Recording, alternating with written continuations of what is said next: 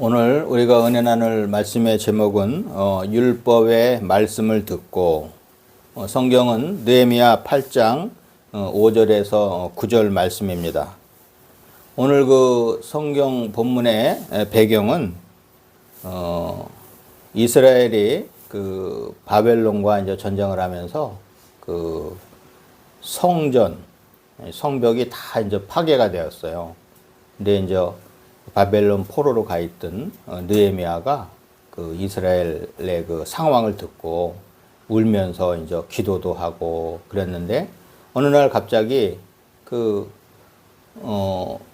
바벨론의 그 아닥사스다 그 왕 옆에서 이제 시중을 들던 느헤미야의 그 모습을 왕이 봤어요. 이렇게 얼굴 보니까 많이 초췌하고 근심이 있는 것 같아서 물어봤더니 느헤미야가 그런 얘기를 합니다. 우리 고향 성벽이 다 무너지고 그런 소식을 들었는데, 왕이 허락을 하시면 그 이스라엘에 돌아가서 그 성벽을 좀 재건하면 좋겠습니다.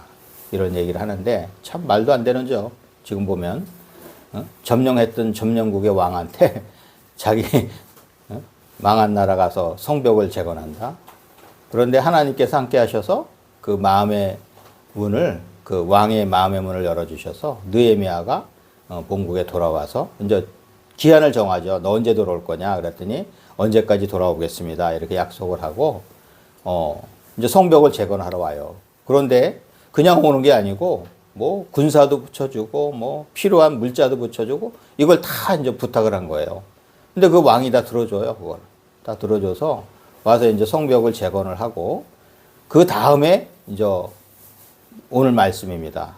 성벽은 뭐예요? 우리 겉모습이에요. 겉모습을 재건하고 나서 이제 그 에스라가 오늘 그 말씀을 선포를 하면서 이스라엘 백성들이 울면서 그 회개하는 그런 그 모습이 오늘 본문에 나오게 됩니다. 하나님의 인도로 느헤미야는 전쟁으로 무너졌던 이스라엘 성벽을 재건하였습니다. 하나님이 바벨론의 아닥사스다 왕의 마음을 움직여서 느헤미야가 이스라엘로 복귀해서 이스라엘의 성벽을 중수하게 하였습니다. 이스라엘의 겉모습인 하드웨어가 어느 정도 정리된 이후에는 오늘 본문 말씀에서는 이스라엘의 속모습인 소프트웨어가 변화하는 내용을 담고 있습니다. 우리나라도 지금 그렇죠. 옛날에 하드웨어로 돈 벌었어요. 물건 커피에서 만들어 갖고 돈 버는데 지금 뭐로 돈 버나요? 사실은 소프트웨어로 돈 버립니다. 소프트웨어로. 사실은 반도체도 어떻게 보면은 정확하게 얘기하면은 하드웨어라고 하지만 어떻게 보면 소프트웨어를 조정하는 그런, 소프트웨어를 관리하는 그런 걸로 우리가 지금 돈을 벌고 살고 있거든요. 이스라엘 사람들은 이제 느헤미야가 성벽을 재건해 놓으니까 어느 정도 위용은 갖췄지만 뭐예요? 소프트웨어. 이 속에 대한 모습, 그것은 그대로였습니다.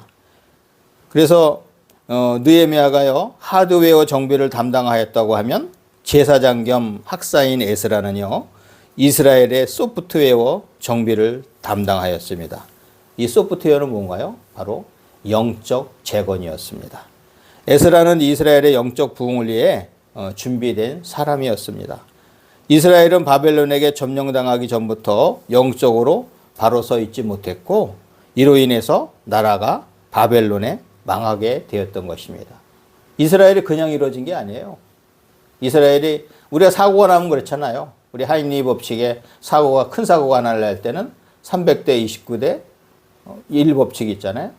작은 거 사고가 300번 일어나고 그 중간 사고가 29번 일어난 다음에 한 번 대형 사고가 납니다. 이스라엘도 마찬가지입니다. 하나님이 계속 경고를 주셨어요. 우상 숭배하고 하나님을 멀리하던 것들을 계속 경고를 주셨는데 그 말을 듣지 않고 결국은 이스라엘이 망하게 되었습니다. 오늘 본문에서는 이스라엘 백성들이 하나님의 말씀을 듣고 영적으로 변화하는 모습을 보여줍니다. 과연 하나님의 말씀은 우리에게 어떤 역할을 할까요? 하나님의 말씀은요, 첫 번째로 사람들을 구원에 이르게 합니다. 하나님의 말씀의 최고 목적은요, 사람들로 하여금 구원을 받게 하는 것입니다. 우리가 아무리 열정적으로 신앙생활을 하고 이 땅에서 열심히 산다고 해도 구원을 받지 못하면 모든 수고가 헛것입니다. 저도 여기서 계속 들어가요. 그래. 돌아가시는 분이 많아요. 요즘 부고가 많이 뜹니다. 그분들의 여정이, 이 인생 여정이 길면은 90, 아니면 대충 한 거의 80세 정도에 돌아가시고요. 어떤 분은 60세에도 돌아가시더라고요. 불의의 사고로 더 빨리 돌아가시는 분도 있죠. 우리가 오는 거는 순서가 있지만 가는 건 순서가 없습니다. 어떻게 보면은 우리가 이 땅에 오자마자 우리는 다시 우리 본향에 갈 것을 생각하면서 살아야 되는데 그렇지 못한 것이 우리 인간인들입니다. 솔로몬 왕이 이 세상의 것을 뭐라고 자기가 마지막에 결론을 내렸나요? 이 세상의 것은 뭐예요? 헛되고 헛되며 헛되고 헛되니 모든 것이 헛되도다. 이 세상에서 가장 많은 것을 누렸던 사람이 그런 결론을 내립니다. 우리가 집중해야 할 것은요, 어떻게 구원을 이루냐 이어야 합니다. 세상의 것에 올인하고 세상의 것에 빠지는 것이 아니라 우리는 어떻게 구원을 이루어야 하느냐. 곧 우리가 후회할 일이 닥칩니다. 우리의 순례길이 머지않아 멈추게 됩니다. 순례길이 그치는 그때에는 우리는 우리의 본래 집에 돌아가야 합니다. 이런 모든 길을 제시해 준 것이 바로 하나님의 말씀인 성경인 것입니다. 어떤 사람은 하나님이 예비하신 본래 집에 들어가고 또 어떤 사람은 거기에 가지 못하고 지옥에 갑니다. 이것은요, 하나님이 정하신 게 아니에요. 우리한테 선택권을 줬는데 우리가 선택을 제대로 하지 못하고 있습니다. 디모데후서 3장 15절에서는 또 어려서부터 성경을 알았나니 성경은 능히 너로 하여금 그리스도 예수 안에 있는 믿음으로 말미암아 구원에 이르는 지혜가 있게 하느니라고 합니다. 성경은요, 가장 우리한테 복 주는 것이 뭐냐면 구원에 이르는 지혜를 우리한테 제시합니다. 세상에 그 어떤 책도 어떤 인물의 말도 우리에게 구원의 길을 줄 수 없지만 성경은 우리에게 구원의 방법을 명쾌하게 알려주고 있습니다. 예수를 믿으면 구원받는다고 말입니다.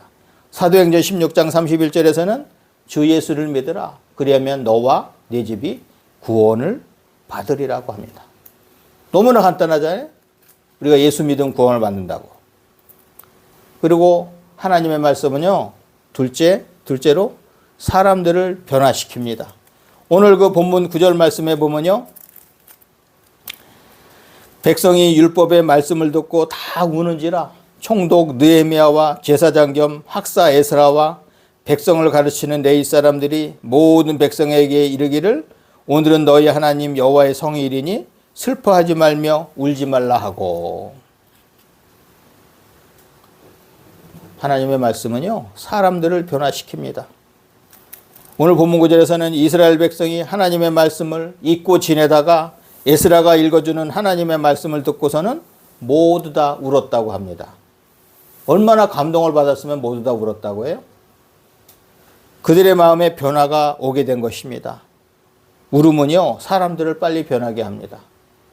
그러니까 우리의 눈물은 카타르시스 역할을 한다 그러잖아요. 카타르시스 역할을 한다고 그러는데 울음은요, 우리에게 변화를 주게 됩니다. 그동안 잘못한 것을 뉘우치거나 또 마음의 슬픔을 느끼거나 아니면은 감동을 크게 받을 때 울음이 납니다. 제가 그 6.25 전쟁에 대한 이렇게 다큐멘터리를 보는데요. 참 우리나라 빚을 많이 졌어요. 우리나라가 서울 인천 상륙작전 이후에 서울을 회복하고 이북으로 전쟁할 때 그때 이북에 엄청나게 눈이 많이 와서요. 거기서 사람들이 전쟁을 하는데 얼어 죽은 사람들이 많아요. 피난 가는 사람이 아니고 전쟁하는 사람이. 다리 다 동상이 나서 다리를 자르고 그다음에 거기서 얼어 죽었는데 얼어 죽은 동료의 시체를 끌고서 이렇게 전쟁을 하고 그렇게 많은 사람이 희생을 당했어요. 희생을 당해서 우리나라가 이렇게 살고 있는데 지금 우리나라도 이스라엘처럼 정신을 못 차리고 살고 있어요. 쓸데없는 이념에 빠져서 서로 다투고 조선시대 때 당쟁하면서 나라가 망하게 했던 거하고 똑같은 짓을 지금 하고 있습니다. 그 사람들이 우리나라를 위해서 자기 부모 곁을 떠나서 와서 죽어줬는데 걱정도 어떻게 보면 얼마나 우리가 감사하고 지금 정신을 차리고 살아야 됩니까? 그런데 너무나 우리나라 잘난 사람들이 많아요. 자기네가 다 했다는 식으로 그러고 살고 있습니다. 사실은 성경을 보면요, 이런 게 두려워요. 정신을 못 차리는 백성들은 어떻게 됩니까? 이스라엘 백성처럼 망합니다. 이스라엘은요, 나라 없이 살아왔어요. 거의 2000년 동안 나라 없이 유리하면서 디아스포라 생활하면서 극기하는 히틀러한테 걸려갖고선 엄청난 유태인들이 죽습니다. 사실은 우리나라가 유태인들보다 더 낫습니까? 전 그렇다고 생각 안 해요. 유태인들만도 못한데도요, 하나님이 복을 주셔서 이렇게 살고 있는데 그냥 사는 것이 아니고 우리가 그나마도 하나님 말씀 잘 따랐다는 겁니다. 디모데후서 3장 16절에서는요. 모든 성경은 하나님의 감동으로 된 것으로 교훈과 책망과 바르게 함과 의로 교육하기에 유익하니라고 합니다. 이스라엘 백성들은 그동안 바르게 교훈도 받지 못했습니다. 또한 바르게 살지 못한 것에 대한 책망도 받지 않았습니다. 그래서 그들은 의롭지 못했습니다. 하나님의 말씀은 궁극적으로 사람들을 의롭게 합니다. 성경에서 보면요. 자녀들 교육 잘 시키라고 그래요. 어떤 교육이요? 신앙의 교육을 잘 시키면요. 모든 것이 잘 되는데 신앙이 흩어지면은 다 무너집니다.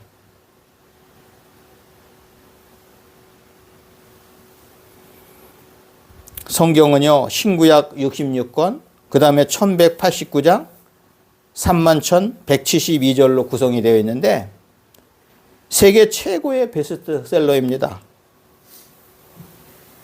이런 설문이 있었대요. 만약 당신이 무인도에 귀양 가게 되고 책 한 권만을 지참하도록 한다면 무슨 책을 택하겠는가라는 이 설문을 했는데 성서라는 대답이 단연 많았다는 통계가 있습니다. 하나님의 말씀은 단지 베스트셀러로 만족하지 않습니다. 성경은 사람들을 좋은 방향으로 변화시켜주는 변화 촉진서입니다. 스코틀랜드의 가난한 한 여인이요, 자신이 다니고 있는 교회의 목사에게 찾아가서 자신의 어려움을 호소했습니다. 저에게는 사랑스러운 아들이 한 명 있는데 그 아들은 정부 관리로 지금 인도에서 근무하고 있습니다. 그리고 그곳에서 편지와 아름다운 그림까지 끼워서 소식을 전합니다. 그런데 자존심 때문에 아들에게 어렵다는 말을 할 수가 없어요. 물론 아들이 돈을 보내주기를 기대하지도 않지만요. 저에게 편지 안에 끼워져 있던 그림들을 좀 보여줄 수 있나요? 이렇게 목사가 말을 했습니다. 그러자 그 여인은 성경책 사이에 지극한 정성으로 보관해둔 수많은 영국은행 발행 환전 수표들을 가지고 왔습니다. 이것이 바로 그 그림들인가요? 목사가 웃으며 말했습니다. 당신은 저보다 훨씬 부자군요. 그 정도 돈이면 당신은 뭐든지 넉넉히 살 수 있을 것입니다. 당신은 당신의 성경책 안에 큰 재산이 있다는 사실을 몰랐군요. 아들이 계속 수표를 보내줬는데도 모른 거예요, 엄마는. 그걸 성경 안에 계속 끼워서 보관한 거예요. 우리도 그렇습니다. 성경 안에 이런 귀한 돈, 이런 가치, 어떻게 보면은 성경책 안에 큰 재산이 있다는 그런 걸 모르는 것처럼 그 어떻게 보면은 이분은 아들이 보내준 그 수표도 사용하지 못했던 것처럼 우리도 성경 안에 있는 그 무한한 보물을 모르고 있어요. 성경 안에 우리가 복 받는 길도 다 있고요. 성경대로 살면요. 성경 안에 모든 것이 다 있습니다. 성경 안에. 좀 아까 제가 서두에서 얘기했던 것처럼 우리나라가 이렇게 복 받았던 건 뭔 거예요? 우리가 하나님 말씀대로 살았기 때문에 이렇게 복을 받은 거예요. 이스라엘 백성들도 왜 바벨론의 포로로 가고 오늘은 등장하지 않지만 나중에는 로마의 완전히 티투스 장군에 의해서 망해서 2000년 동안 세계적으로 유리하면서 삽니까? 왜? 하나님 말씀대로 살지 않았기 때문입니다. 그러면 과연 우리는 하나님 말씀대로 잘 살고 있습니까?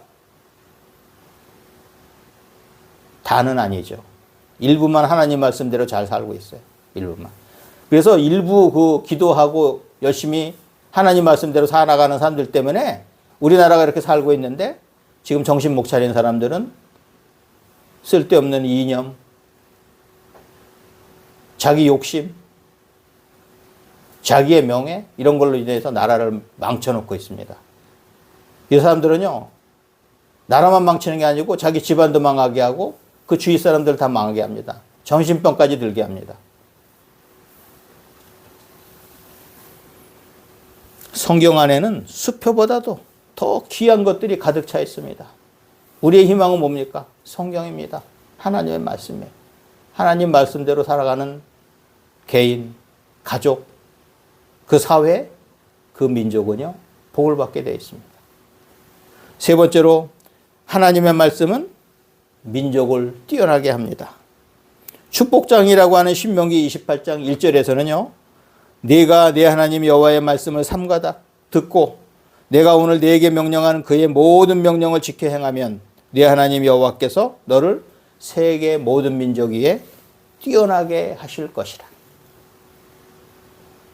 The Lord your God will send you high above all the nations on earth. 이 표현, 저는 high above 이 표현이 되게 좋아요. 성경어로 high above. 아주 높은 곳에, 아주 높은 곳에도 high above.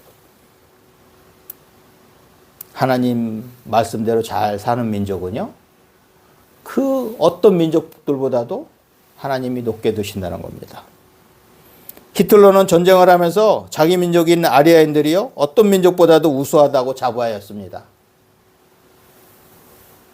그래서 그 사람들 종족 번적을 하려고 그 사람들끼리 모아서 애도 났습니다. 하지만 하나님을 잘 섬기는 민족이 뛰어난 민족이 됩니다. 우리나라는 140년 전에 복음을 받아서 그때부터 우리 민족이 잘 되기 시작했습니다. 문맹률이 높던 민족이요. 우리나라 문맹률이 80에서 90% 됐나 봐요. 문맹률이 높던 민족이요. 문맹률을 다 없앴어요. 사실 이승만 대통령은 그건 알았죠. 그래서 교육을 막 시켜서 결국은 문맹률 거의 90%된 나라가 반대로, 그죠? 글 모르는 사람이 거의 10%밖에 없을 정도로 그렇게 만들었습니다. 그 다음에 국회 개원 시에 기도로 시작한 민족이 되었습니다. 아니, 국회를 개원할 때 기도로 시작한 민족? 아마 전 세계적으로 저기밖에 없을 것 같은데요. 미국 다음에 우리일 것 같아요. 그만큼 어떻게 보면은 국회를 개원할 때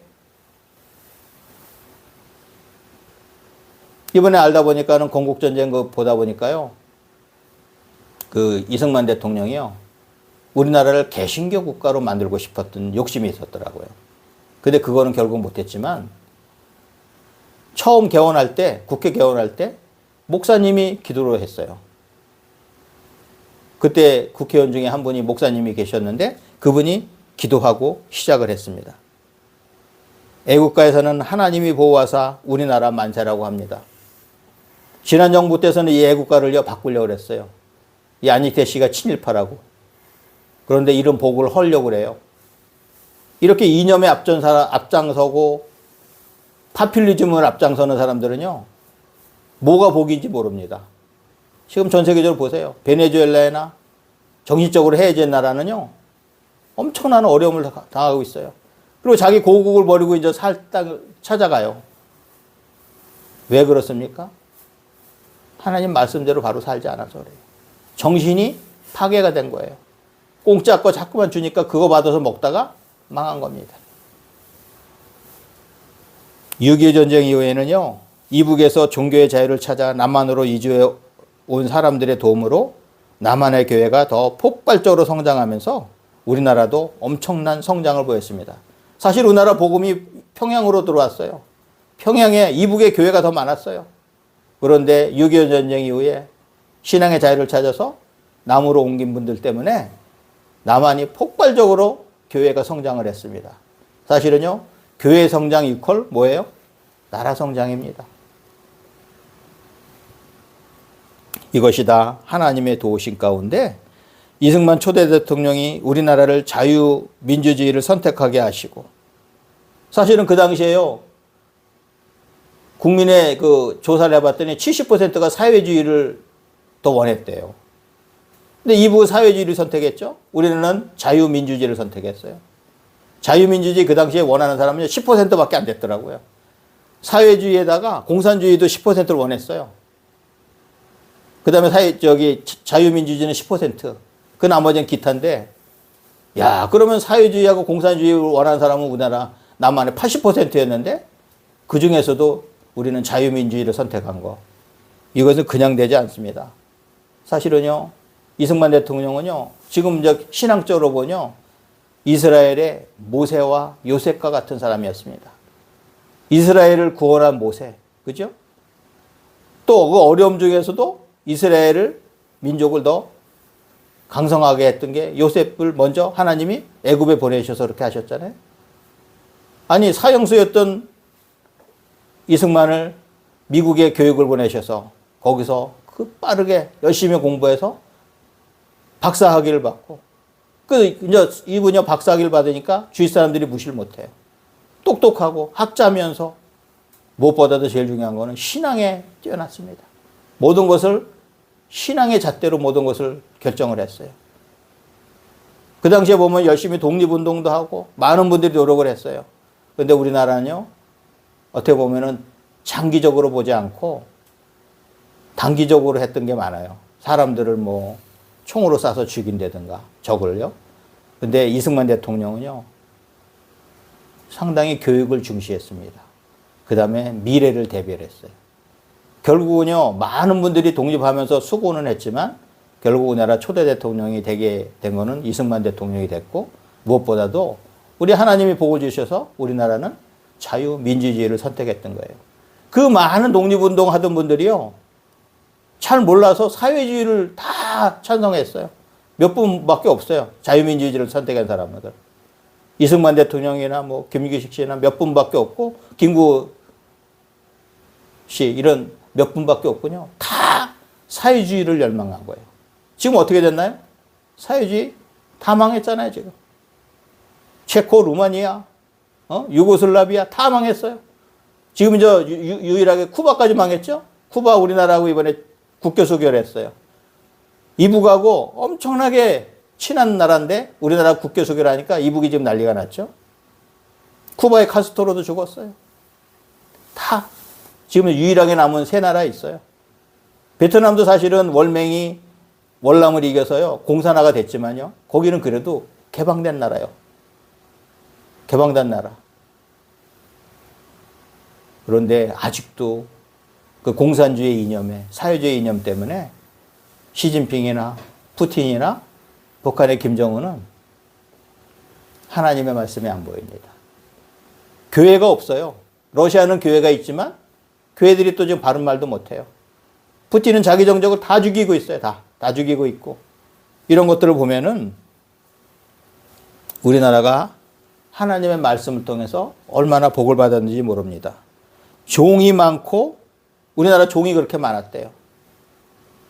그리고 일부 사람들이 모든 농지를 다 갖고 있었어요.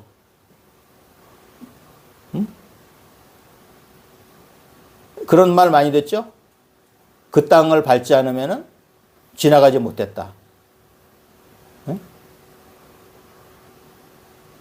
우리 사모님 보니까 집안도 옛날에 그랬던데, 그런데 이승만 대통령이요, 농지개혁을 해서 그 일부 사람들이 갖고 있던, 천석군, 만석군들이 갖고 있던 그 땅을 실제 농사 짓는 사람들한테 다 나눠줬어요. 근데 공짜는 아니었습니다. 다른 나라는 무상 몰수, 무상으로 배분을 했는데 이승만 대통령은 그렇게 안 했어요.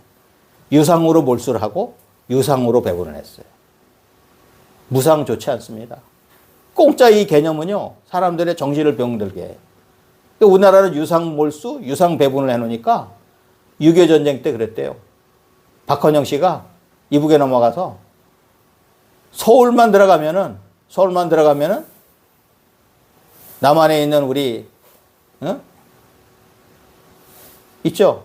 남로당이나 공산당 사회주의 지지하는 사람들이 봉기를 할 거다 했는데요. 서울에 와서 3일 동안 있는데 6.25 전쟁 때 봉기를 안 하는 거예요. 이게 뭘까? 왜 그랬을까요? 지금 결과적으로 보니까는 땅을 모든 국민한테 나눠주니까 절대 봉기 안 하는 거예요. 왜? 내 땅은 내가 지킨다. 어떻게 보면 이게요, 자본주의가 사회주의, 공산주의를 승리한 게 이 자본주의의 힘입니다. 하나님께서는요, 우리나라를 도우셔서 이런 자본주의를 택하게 하시고, 그 다음에 자유민주주의를 택하게 하셨어요. 우리나라 지금 자본주의도 아니에요. 우리는 지금 자본주의 플러스 사회주의가 돼 있어요. 돈 많이 버는 사람들 거 뺏어다가 사실은 더 받아다가 어려운 사람들을 도와줘서 우리나라 지금 사회복지가 대단합니다. 저희 지금 있고 있는 이 시골도 보면요, 마을 해관들 가보면요, 없는 게 없습니다. 여름에 시원하고 겨울에 따뜻하고. 그런데 전 세계의 많은 사람들은요, 배고픔을 느끼고 굶어 죽고 있고 어려움을 당하고 있는데, 우리나라가 이렇게 잘 사는 건요, 다 우리가 복음을 받아들인 이후에 복을 받은 것입니다. 결국은 농지개혁은요, 6.25 전쟁에서 남한의 공산화를 막게 된 좋은, 어떻게 보면은 불쏘시개가 되었습니다. 그 이후 우리나라는 경공업으로 시작해서 중화학공업, 첨단산업 국가로 발전하면서 세계에서 불화하는 나라가 되었습니다. 이 단계를 보면요, 얼마나 수고하는 사람들이 많은지 몰라요. 세상에서 독재자라고 그랬고, 세상에서 이승만 대통령은 런승만이라고 그랬잖아요. 실제 자료 보니까 도망가지 않았대잖아요. 그런데 북한을 추종하고 주사파들이요, 거짓말을 자꾸만 역사에 심어놓은 거예요. 이승만 죽이기. 지금도 북한에서는요, 김일성과 반대에 있었던 사람이 누군가요? 이승만이에요. 그래서 지금도 아직도 이북에서는요, 이승만 죽이기를 한대요. 왜? 김일성 사상이 옳았다는 것을 자꾸만 말하려고 하다 보니까. 우리나라는요, 한강의 기적을 이루었습니다. 새마을 운동으로 성공을 했습니다. 그래서 지금 새마을 운동은요, 전 세계로 전파되고 있어요. 아프리카도 그렇고, 그 다음에 우리나라 베트남이나 이 아시아권도 보면요, 새마을 운동하면서 지금 엄청난 성공을 이루고 있습니다. 이런 결과가 나온 것은 다 주님이 신명기에서 약속하신 것을 우리 민족이 누리고 사는 것입니다. 믿음이 희망이고 믿음이 모든 것을 가능하게 합니다. 믿는 자에게는 능치 못할 일이 없습니다. 우리나라 축구도요, 2002년 월드컵 이후에 세계화가 되어서 지금 월드컵 16강 국가입니다. 그리고 아시아인들이 자랑하며 대리만족하는 축구 강국이 되었습니다. 이것은 다 하나님의 도우심으로 우리가 세계 민족 위에 뛰어나게 된 것입니다. 우리는요, 이스라엘처럼 하나님을 버리고 우상 숭배하여 나라가 없이 사는 전철을 밟으면 안 될 것입니다. 이스라엘 사람들은 지금 통곡의 벽에서 기도합니다. 성벽이 다 파괴되고 지금 남쪽 벽 하나만 남았대요. 거기서